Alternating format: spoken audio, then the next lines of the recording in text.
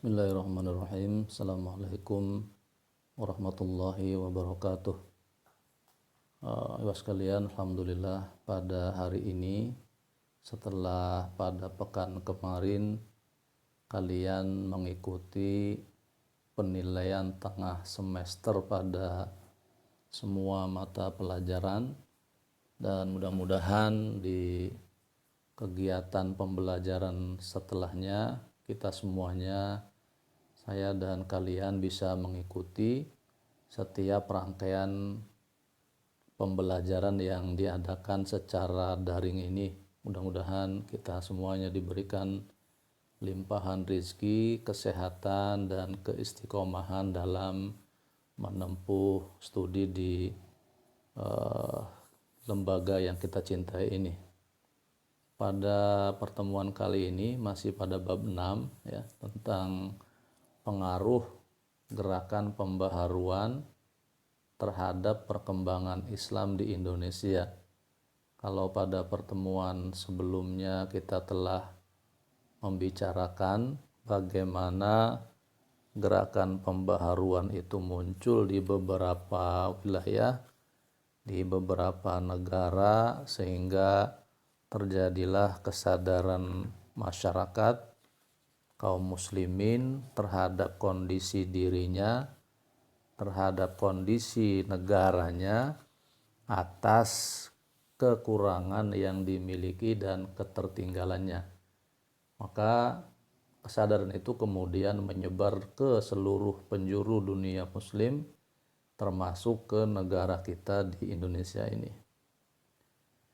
Kemudian kompetensi dasar pada pembelajaran sekarang adalah menganalisis munculnya organisasi Islam sebagai dampak dari adanya gerakan pembaharuan.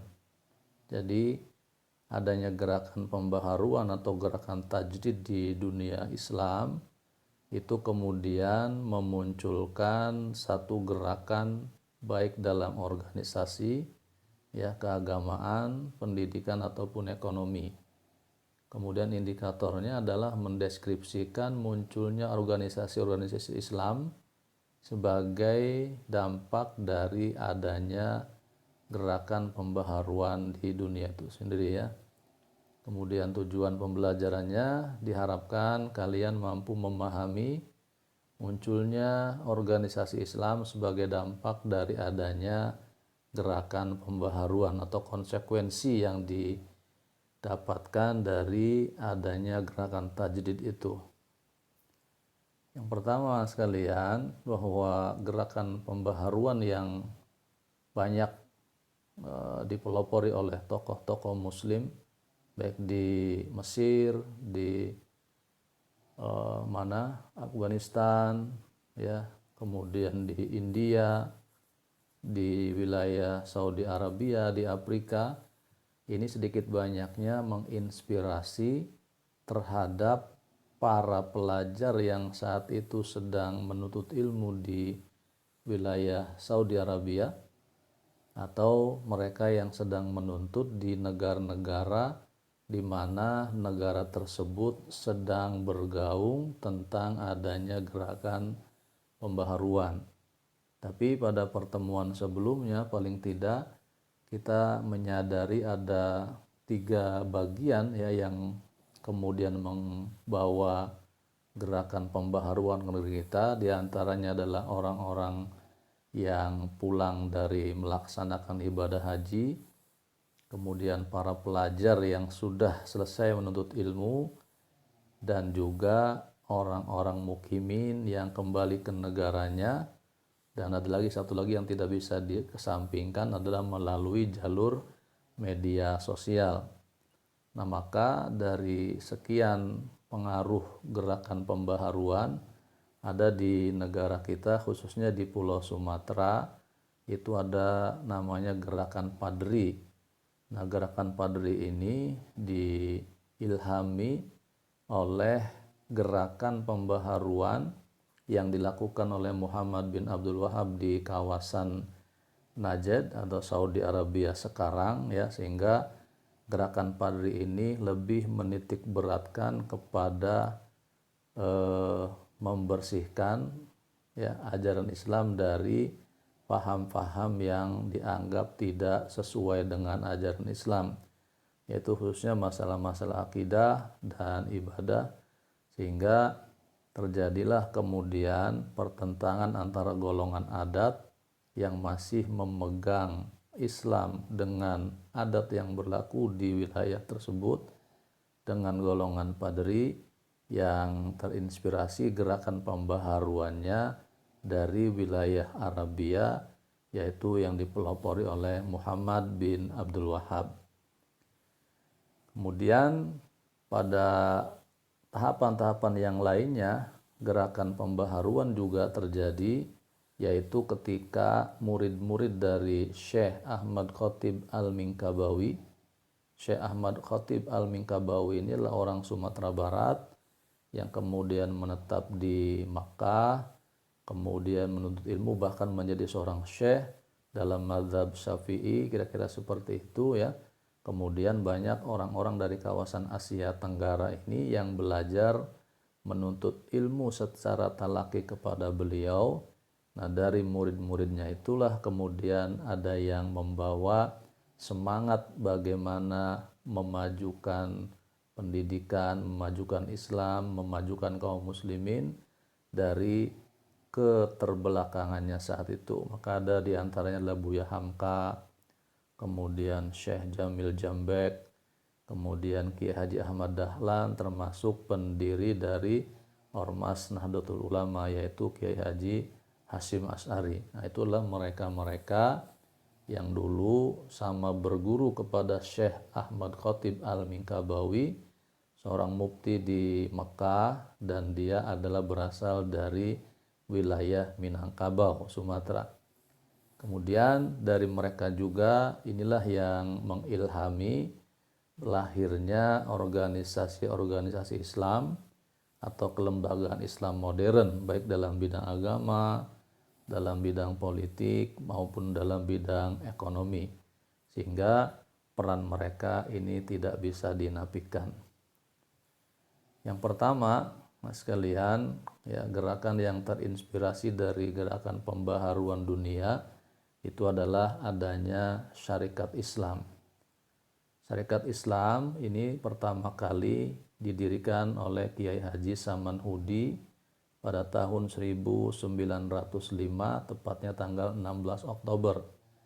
Syarikat Islam awalnya adalah perkumpulan para pedagang muslim. Makanya namanya adalah Syarikat Dagang Islam.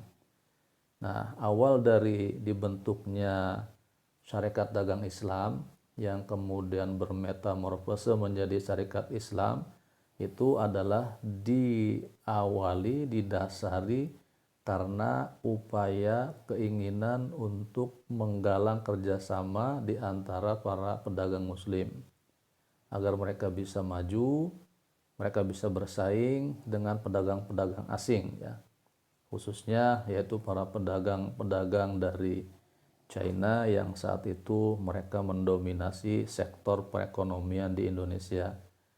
Dan pada tahun-tahun berikutnya ketika Syarikat Islam ini dipimpin oleh Haji Umar Said Cokro Aminoto ya, maka Syarikat Dagang Islam itu kemudian berubah namanya menjadi Syarikat Islam, dan dengan sendirinya arah kebijakan organisasi Syarikat Islam pun kemudian mengalami perubahan.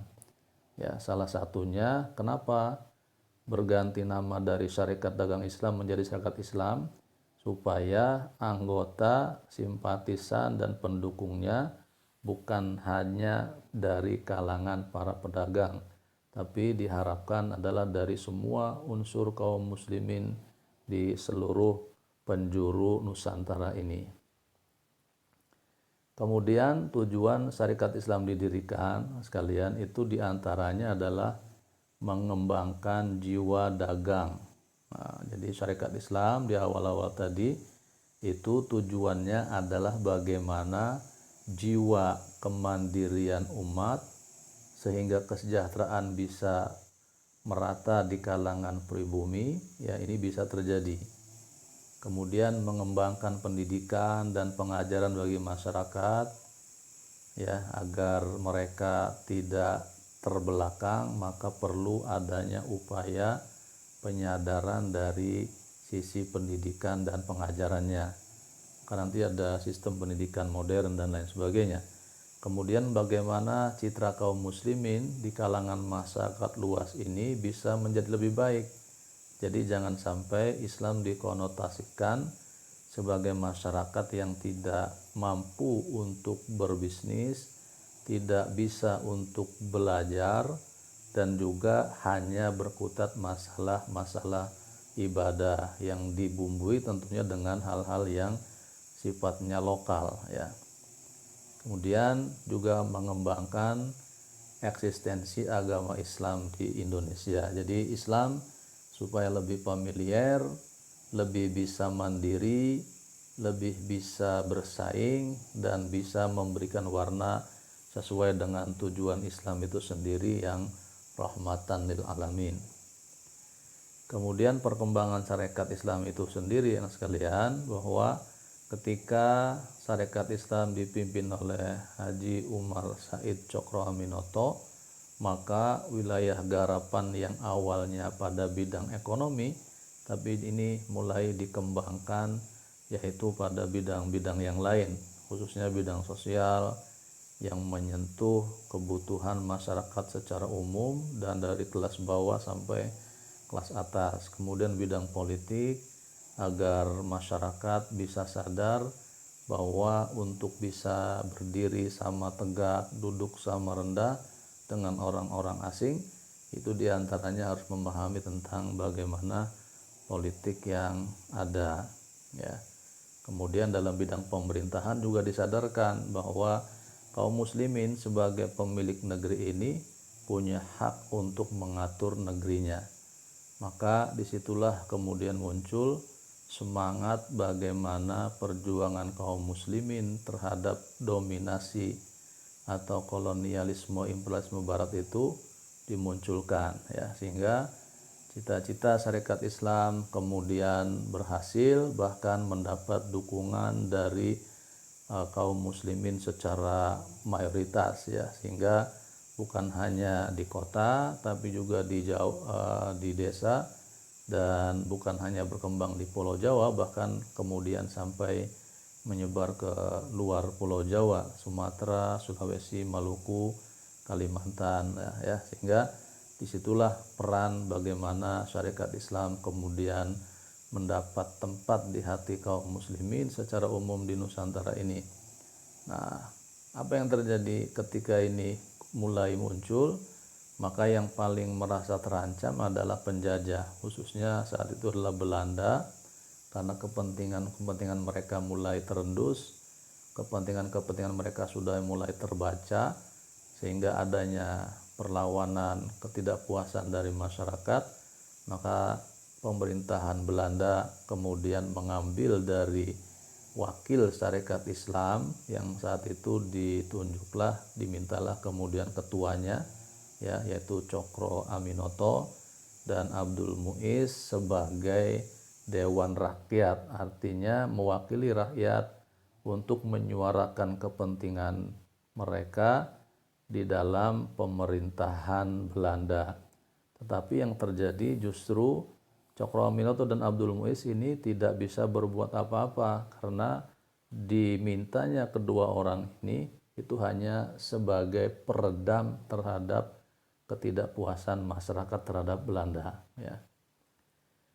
Kemudian dalam perjalanannya terjadilah perpecahan di tubuh syarikat Islam, khususnya setelah ideologi komunis ini masuk ke dalam tubuh syarikat Islam, yaitu pada saat Henk Snevelt, ya, dengan organisasi ISDV-nya itu merekrut anggota-anggota, ya, mengajak, mempengaruhi dari anggota-anggota syarikat Islam, diantaranya Semaun, Darsono, Alimin, dan Tan Malaka.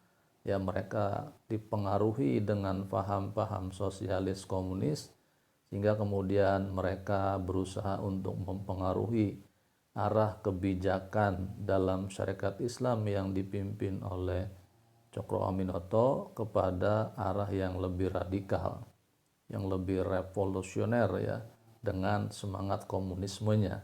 Nah, ini tentunya ada perbedaan yang mendasar antara tokoh-tokoh syarikat Islam yang berlatar belakang dengan pemahaman Islam yang bertujuan mengangkat derajat masyarakat muslim agar mereka bisa belajar dengan baik Islam kemudian yang rahmatan alamin, maka ide-ide sosialis komunis ini kemudian ditentang oleh sesama anggota Serikat Islam, yaitu Karto Suwiryo diantaranya, kemudian ada Kiai Haji Agus Salim dan Abdul Muiz.